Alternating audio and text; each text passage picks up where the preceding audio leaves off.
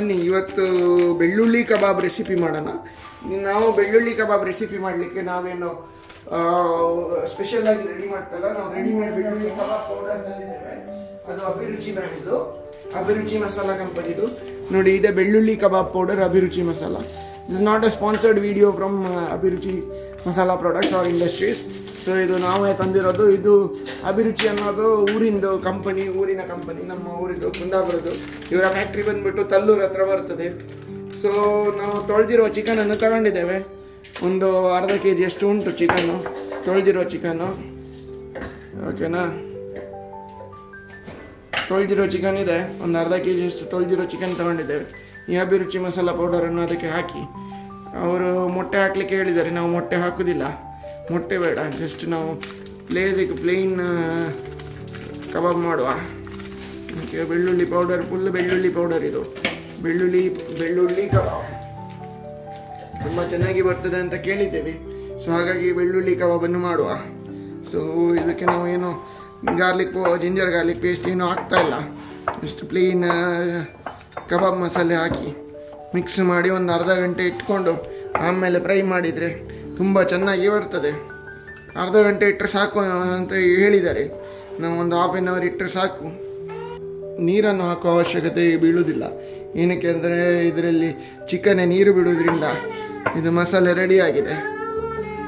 ನೀರು ಹಾಕುವ ಅವಶ್ಯಕತೆ ಇಲ್ಲ ಇದರಲ್ಲಿ. ಏನಕ್ಕೆ ಅಂದರೆ ಇದು ಚಿಕನ್ನೇ ನೀರು ಬಿಡ್ತದಲ್ಲ. ಸೊ ಹೀಗೆ ಬಿಡಿಯಾಗಿ ಉಂಟು ನೋಡಿ.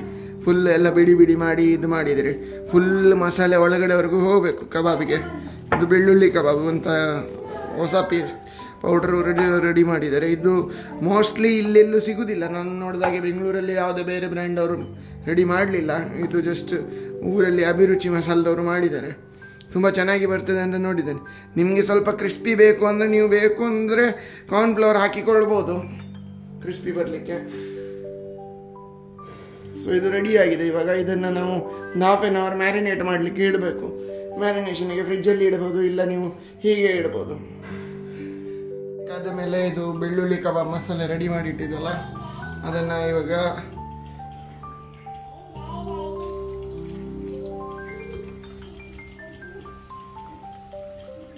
ಕಾದ ಎಣ್ಣೆಗೆ ಬಿಡಬೇಕು. ನೀವು ಒಂದೊಂದಾಗಿ ಬಿಡಿ ಪೀಸಾಗಿ ಬಿಡಿ. ಓಕೆ,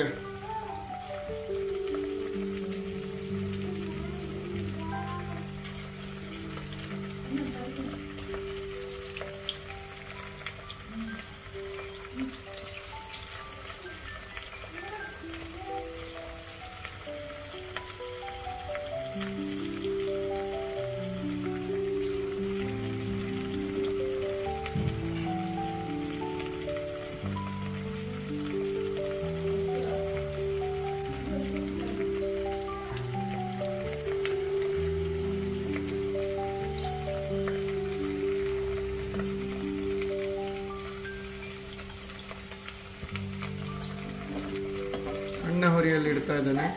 ಸೊ ಅದು ಕ್ಲೀನಾಗಿ ಬೇಯಲಿ ಅಂತ.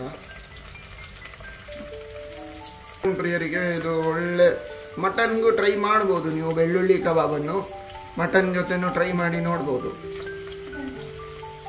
ನೆಕ್ಸ್ಟ್ ಟೈಮ್ ನಾನು ಮಟನ್ ಜೊತೆ ಟ್ರೈ ಮಾಡಿ ಹೇಳ್ತೇನೆ.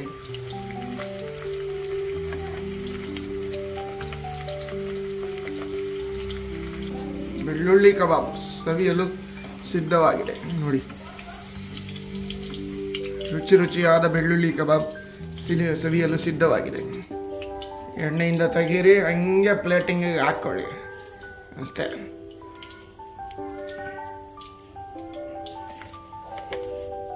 ಹಿಂಗೆ ಪ್ಲೇಟಿಂಗ್ ಹಾಕ್ಕೊಳ್ಳಿ. ಓಕೆನಾ, ಪ್ಲೇಟಿಂಗ್ ಮಾಡಿದ್ದೀನಿ.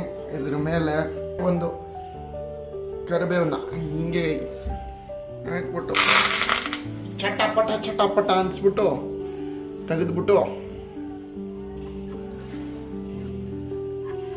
ಕರಿಬೇವನ್ನ ಚಟಾಪಟ ಅನ್ಸಿದ್ದೀವಿ. ಹಿಂಗೆ ಚಟಾಪಟ ಅಂದಿರೋ ಕರಿಬೇವನ್ನ ನೋಡಿ ಹಿಂಗೆ ಇದ್ರ ಮೇಲೆ ಹಾಕೊಂಡ್ಬಿಟ್ರೆ ಸೂಪರ್ ಆಗಿರುತ್ತೆ ತಿನ್ನೋದಕ್ಕೆ.